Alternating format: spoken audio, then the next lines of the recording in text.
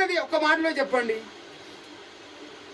గాడిద పిల్ల ఆలోచన చేస్తా ఉంది కదా, నాలో ఏమి లేదు, నా పైన ఉన్నాడు చూసావా, ఆయనను చూసి నాకు విలువ వచ్చేసింది అన్నది గాడిద. హల్లెలూయా. ఈరోజు యేసు ప్రభులో మనం విడిపించబడాలా, రెండవది మనం విప్పబడాలి, మూడవది యేసుక్రీస్తుని ఏం చేయాలా, మోయాలి. అప్పుడైతే నీకొక విలువ అనేది, స్వతంత్రం అనేది వస్తుంది. అప్పుడు గాడిద నడుస్తూ ఉంటే బట్టలు వేస్తున్నారు, గాడిద నడుస్తూ ఉంటే ఓసన్నా జై, ఓసన్నా జై, ఓసన్నా జై, కొమ్మలు బట్టి, లారి కొమ్మలు బట్టి అట్లా ఇట్లా అట్లా ఇట్లా ఊపుతూ తిరుగుచు. గాడిద కనిపించేసి ఇంత విలువ ఎక్కడది, ఇంత పనికిరాని నేను, పనికిరాని, ఇప్పుడు నాకు అనిపిస్తా ఉంది పనికిరాని నేను, పనికి చేయని నేను, అందరి చేత తిట్టుబడిన నేను ఒక గలీజు మాటల చేత చిక్కబడిన వాడిని. ఎవడు గిట్లా పోతే ఎవడు కూడా విలువిచ్చేవాడు కాదు. నాకు నేను నిలబడి ఉండి తర్వాత చేసేపు ఉండి సప్పలేక పోవాలి. ఇప్పుడు నేను పోయి నిలబడితే లేచాను, నిలబడతాను అంటే ఇప్పుడు యేసు ప్రభు నాలో ఉన్నాడు కాబట్టి ఆ స్వతంత్రం నాలోకి వచ్చింది. యేసుక్రీస్తు లేకుండా, యేసుక్రీస్తు భక్తిని చుట్టుకట్టుకొని తిరిగినంత మాత్రాన విలువ రాదు. యేసుక్రీస్తు మనలో, ఆయనను మనం మోయకుండా, ఆయన అనుభవాలను మనం నేర్చుకోకుండా, ఆయన మంచితనాన్ని మనం నేర్చుకోకుండా, ఈ వాక్యాన్ని మనం నేర్చుకోకుండా, ఆయన మనలో ఉన్నాడని మనం వేషం వేస్తే అది రాదు. నేను అప్పుడు తానం చేసి శుభ్రం చేసి మంచిగా ఆదివారం రాగానే తెల్ల బట్టలు వేసుకొని మంచిగా చర్చికి పోయి గుడిపోయేది, కానీ ఎవడూ లెక్క చేసేవాడు. ఎందుకు? నేను మళ్ళీ పొద్దు తాగుతాడు అన్నట్టు ఎవడూ లెక్క చేసేవాడు. ఎంత శుభ్రం చేసినా ఎవడూ లెక్క చేసేవాడు, ఎంత మంచిగా ఉన్నా ఎవడూ లెక్క చేసేవాడు. ఎవరి దగ్గరికి పోయి నేనే మాట్లాడాలి, ఎవడూ నాతో మాట్లాడేవాడు. అంత హీనమైన జీవితం తెలుసా, అంత పనికిరాని జీవితం తెలుసా, అంత గలీజైన జీవితం, కట్టబడి ఉన్న జీవితము స్వతంత్రంలోకి వచ్చేసి అప్పుడే యేసుక్రీస్తు వచ్చి గుర్రం మీద, గాడిద మీద కూర్చోగానే గాడిదకు ఓ పెద్ద విలువ వచ్చేసింది. వా, ఎంతమంది చుట్టూ జనం, పబ్లిక్. ఎవరు చేశారు? దేవుడు చేశారు. ఈరోజు మనం అనుకుంటున్నాం ఏంటంటే, మనము దేవుని సన్నిధిలో ఎప్పుడైతే మారుతామో, దేవుని సన్నిధిలో ఎప్పుడైతే బైబిల్ ప్రకారంగా తిప్పబడతామో, అది మనకు తెలియకుండానే వస్తుంది యాల్వినేషన్. మనం అడుక్కోవాల్సిన అవసరం లేదు, మనం పోయి బ్రతికిలాడాల్సిన అవసరం లేదు. నేను సోనా బంగారం పెట్టుకున్న చూడు, నా చెవులకు ఉన్నదని చూపెట్టాల్సిన అవసరం లేదు. అదే కనబడుతుంది, అది నీలోనే కనబడుతుంది. ఆ వాసన వస్తుంది నీలో నుండి, ఆ మంచితనం కనబడుతుంది, ఆ మాట వస్తుంది నీలో నుండి, ఆ లొంగే గుణం కనబడుతుంది. అప్పుడు నీలో ఐశ్వర్యం వచ్చేస్తుంది. హల్లెలూయా. కానీ ఇదంతా నన్ను నేను సంపాదించు. అమ్మా, నువ్వెప్పుడైతే బానిసగా ఉంటావో అంతవరకు సంపాదించుకోలేదు.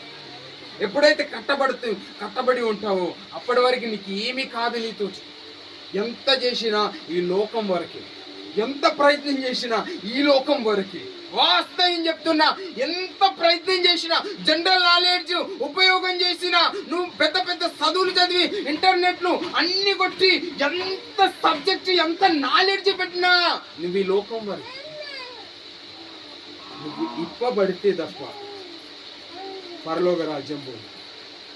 విప్పబడితే తప్ప దేవుని సన్నిధిలోకి వెళ్ళలేవు. వెళ్ళాలి.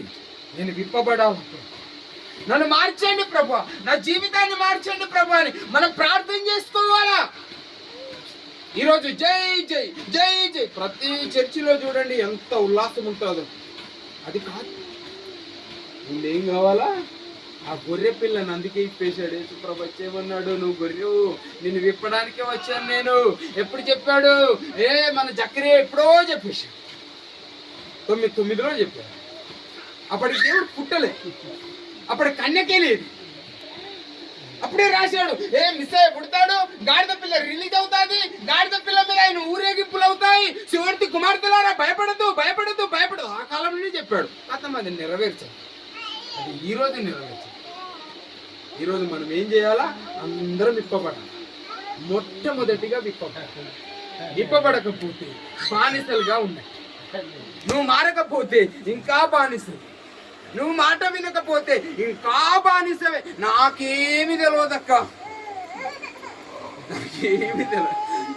నాకు కాదు, ఇక్కడ ఎవ్వరికీ సంబంధం లేదు. ఇక్కడ డబ్బులు ఇచ్చి మనం ఇక్కడ కూర్చోలే. మీరు నాకు ఇస్తే నేను నీకు ఇస్తే మీరు రాలే. ఎప్పుడైతే విప్పబడతావో అప్పుడే నీకు స్వతంత్రం వస్తుంది. అప్పుడే నీ యొక్క మంచితనం అనేది బయట కనబడుతుంది. నీ యొక్క ఆనందం బయట కనబడుతుంది. నువ్వు అప్పుడు దేవుణ్ణి మోయాలి. దేవుణ్ణి మోయాలంటే ఆయన అనుభవాలన్నీ నేర్చుకో. ఉపవాసం ఉండండి అన్నాం, ప్రయత్నం లేదు. శుక్రవారం ప్రార్థన అన్నాం, ప్రయత్నం లేదు. వస్తున్నట్టుంది 11 గంటలకు ప్రార్థన సురువు, 10 గంటలకు వచ్చి కూర్చున్నాం, గంట వెయిటింగ్. ఇక్కడ ఇప్పబడాలి, రిలీజ్ కావాలి. ఇక్కడ నీకు నాకు సంబంధం లేదు అమ్మ. నువ్వు నన్ను చూడొద్దు, యేసు ప్రభునే చూడాలా. అది వాక్యంలో చూడాలా, ఫోటోలో చూడొద్దు. అర్థమైందా? ఫోటోలో దేవుడు లేడు, ఇది బొమ్మ మాత్రమే. ఇందులో ఉన్నాడు యేసు. దీన్నే నమ్మాలా, దీన్నే నడిపించుకోవాలా, దీన్నే త్రాగాలా, దీన్నే తినాలా. అప్పుడే విప్పబడతాం. దీన్ని తినకుండా, దీన్ని త్రాగకుండా, దీనిలో పాలుపంచుకోకుండా నేను క్రైస్తవుడిని అనే మాట చెప్తే నీవు పరలోక రాజ్యాన్ని స్వతంత్రించుకోనలేవు, దేవుని రాజ్యాన్ని స్వతంత్రించుకోనలేవు. ఇక్కడ మాత్రం మా మంచోడివే కావచ్చు, వాస్తవం. ఇక్కడ మా మంచోడివే కావచ్చు, నువ్వు అనేకులకు సాయం కూడా చేయొచ్చు. కానీ పరలోక రాజ్యంలో దేవునిలో స్వతంత్రం ఉంది. ఒక్కటి మతించుకోవాలి, మనిషి మరణించకుండా తప్ప తీసుకునే నరుడు ఎవ్వడూ లేడు. ఏడ దాక్కున్నా మరణం నీ దగ్గరికి వస్తాయి. నువ్వు మరణం దగ్గరికి వెళ్ళాల్సిన అవసరం లేదు, అదే నీ దగ్గరికి వస్తాయి. ఈరోజు నేను దేవుని సన్నిధి నుండి విడుదల పొందు, పాపములో నుండి విడుదల పొందు.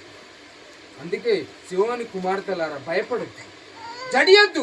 అందుకే జకరియా అంటున్నాడు, భయపడకండి, దిగులు పడకండి, టెన్షన్ పడకండి, నేను వస్తా, నేను చేస్తా. ఆయన మాట తప్పడయ్యా. మీకు శుక్రవారం చెప్పాను కదా, అబ్రహాముకు మాట ఇచ్చినప్పుడు చనిపోయినప్పుడు ఎంతమంది ఉన్నారు? 8 మంది. మాట ఇచ్చాడు, ఇసుక రేణుమ వలె ఈ నక్షత్రంలో ఉన్న చుక్కలు ఎన్ని ఉన్నాయో అంత చేస్తాను.